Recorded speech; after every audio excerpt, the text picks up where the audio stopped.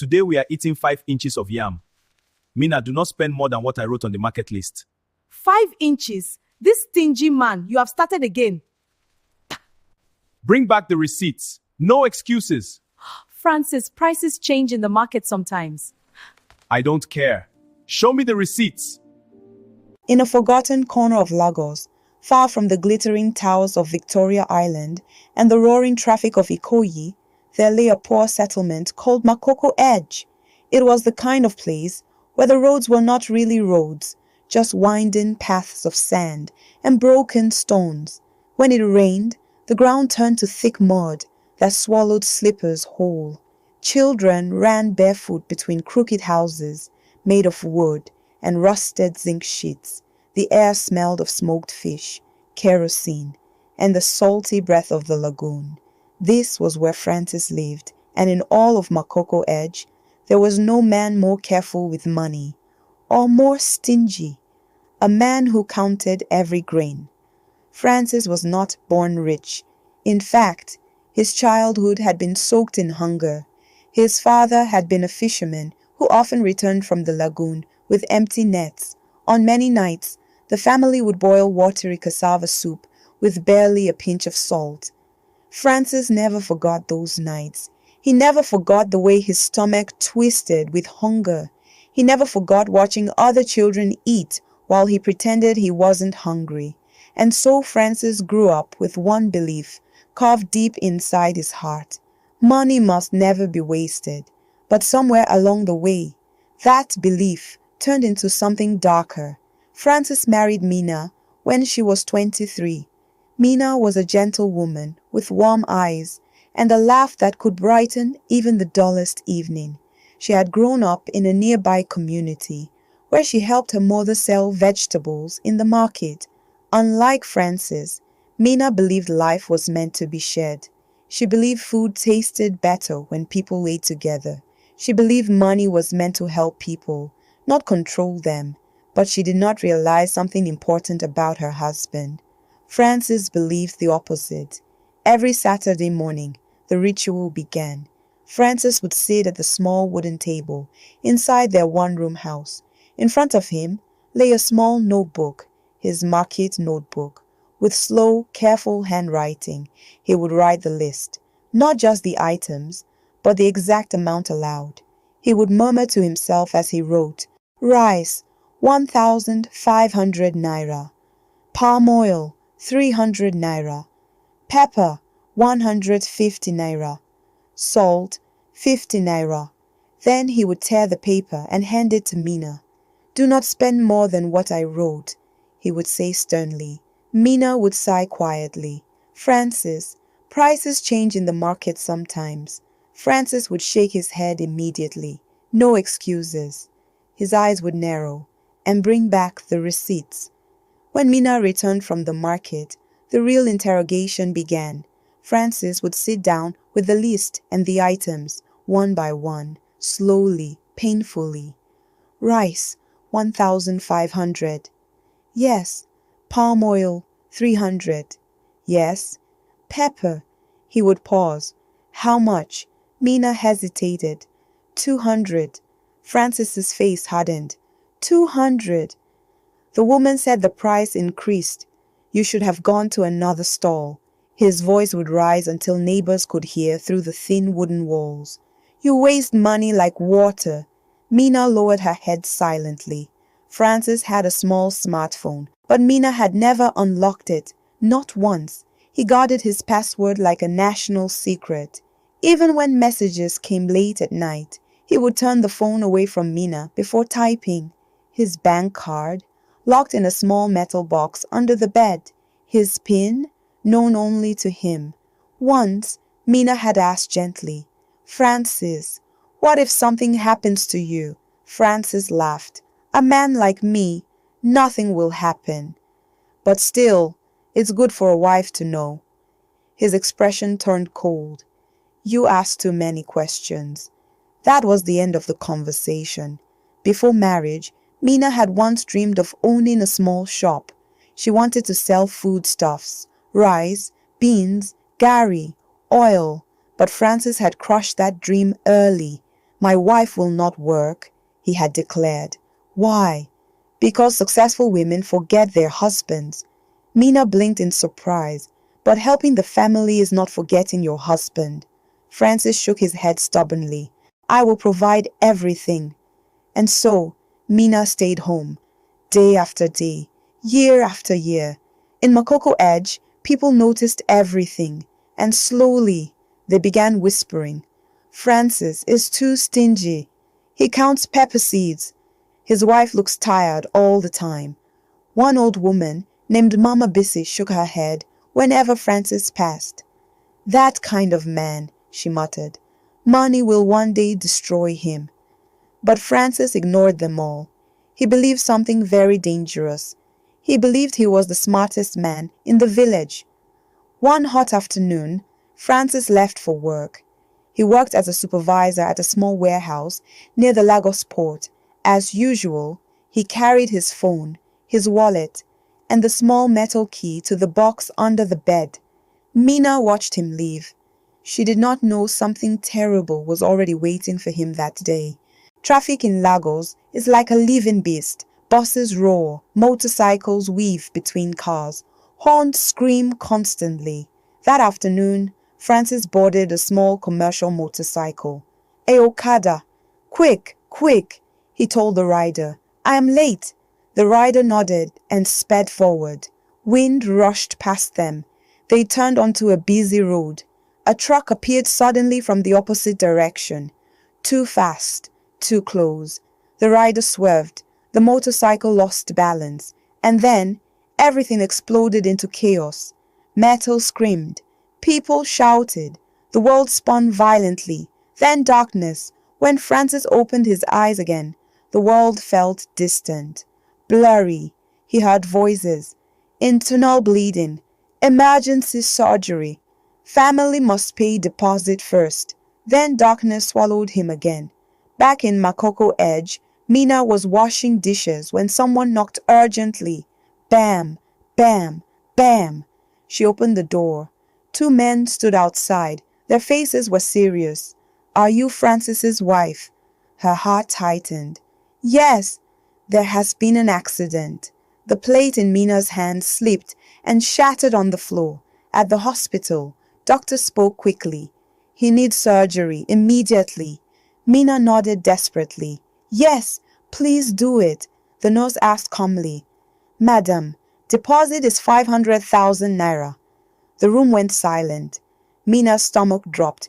She whispered, I don't have that." Then she remembered something. Francis's phone, his bank account, money he had saved for years. She grabbed his phone. Her hands trembled, but when she tried to unlock it, a password appeared.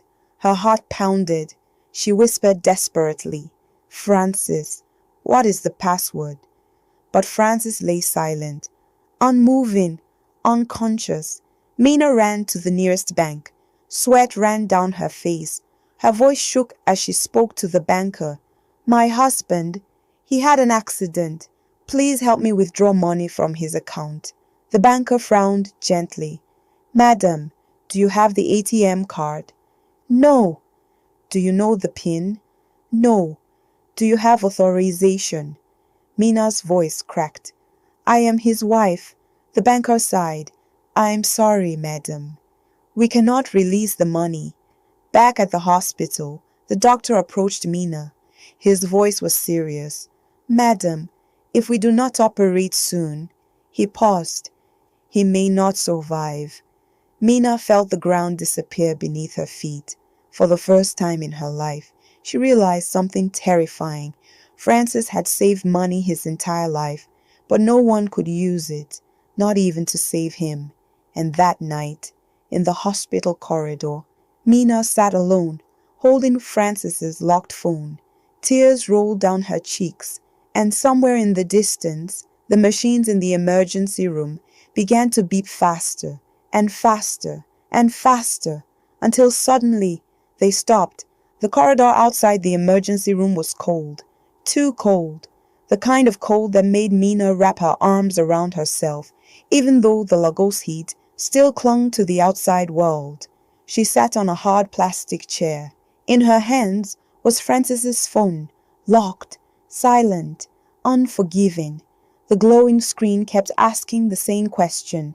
Enter password. Mina stared at it as if the phone itself were mocking her.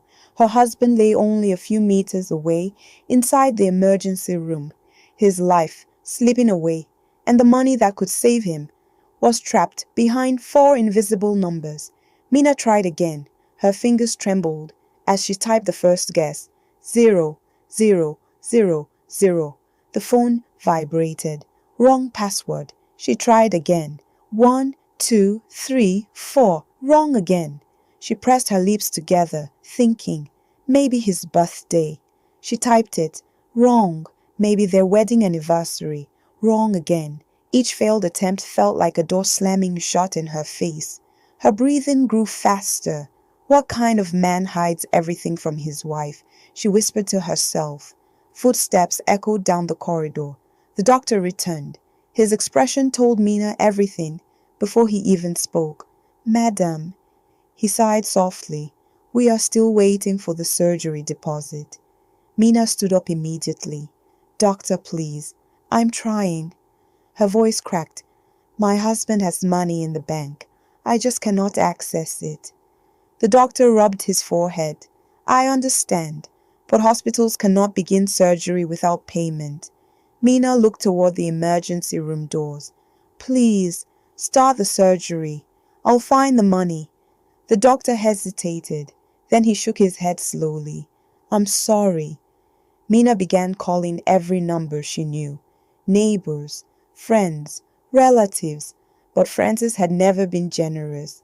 Not with money, not with kindness. And now, few people were willing to help. One man on the phone said bluntly, that Francis, who once refused to lend me 2,000 naira when my child was sick. Another laughed bitterly. Now he needs help. One by one, the calls ended, each one heavier than the last. Mina remembered the banker's words earlier that evening. We cannot release money without authorization. Those words echoed in her mind like a drum. She imagined the money sitting peacefully in Francis's account, safe, untouched, useless, while its owner slowly drifted toward death. Suddenly, a memory rose from the depths of Mina's mind. One evening, months ago, Francis had been entering his password. She had been sweeping the floor. For a brief moment, she had glimpsed the numbers on the screen. 4 digits. She closed her eyes now, trying to remember. Was it 6? Something. Or maybe 3. Her mind twisted in frustration. Why had she not paid more attention? Why had Francis been so secretive? Inside the emergency room, machines hummed softly. Francis lay motionless on the bed. A mask covered his face. Tubes ran into his arms. His breathing was shallow. The nurse looked at the monitor, then at the doctor. Sir, his condition is worsening. The doctor nodded grimly. We need that surgery soon. Mina returned to Francis's side briefly. She held his hand. It felt colder than before. Francis, she whispered.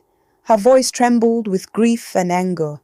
You guarded your money like a lion guarding meat. Tears rolled down her face. But now, what is the use? She held the phone close to him. Please, wake up and tell me the password. But Francis did not move. Minutes stretched into an hour. Then another. The machines began to beep faster. The nurse rushed to the doctor. Sir. The doctor ran to the bedside. Francis's heartbeat had become irregular, very weak. Outside the room, Mina watched through the glass. Her heart pounded wildly. Doctors moved quickly around the bed. Voices rose. Machines screamed warnings. Then, suddenly, one long, terrible sound filled the room. A flat line. The doctor slowly removed his gloves. The nurse lowered her head. No one spoke. Outside the glass, Mina felt the world collapse around her. When the doctor stepped out, she already knew the answer. I'm sorry, madam. 3 words. 3 simple words. But they shattered everything. Your husband is gone. By morning, the news had spread through Makoko Edge. Francis is dead. Ah, that stingy man. Yes, and they say his wife could not access his money. People shook their heads. Mama Bisi, the old woman from the street corner, sighed deeply.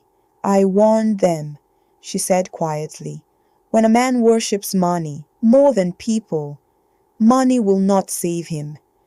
3 days after the burial, something shocking happened. Mina finally opened the metal box under the bed. Inside, she found the ATM card, several bank documents, and a small notebook. Her hands shook as she opened it. What she saw inside made her gasp. Page after page contained numbers, savings, investments, hidden accounts. Francis had not been poor, not at all. He had secretly saved millions of naira. Money that could have paid for the surgery 10 times over. Money that could have changed their lives. But he had hidden everything. From everyone, even from the woman who shared his bed. Mina sat on the floor of the small house, the notebook in her lap. The tears returned. Not only tears of grief, but something deeper, a terrible understanding. Francis had spent his entire life protecting money, yet when his life depended on it, the money protected nothing. Soon the story of Francis spread beyond Makoko Edge.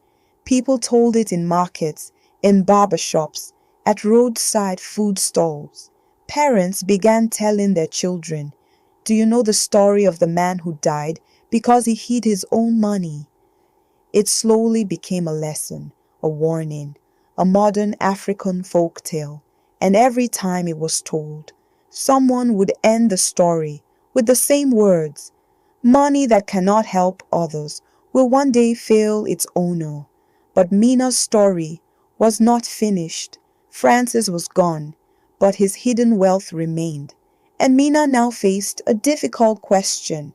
What should she do with the money that had cost her husband his life? Would she guard it the same way Francis had, or would she choose a different path?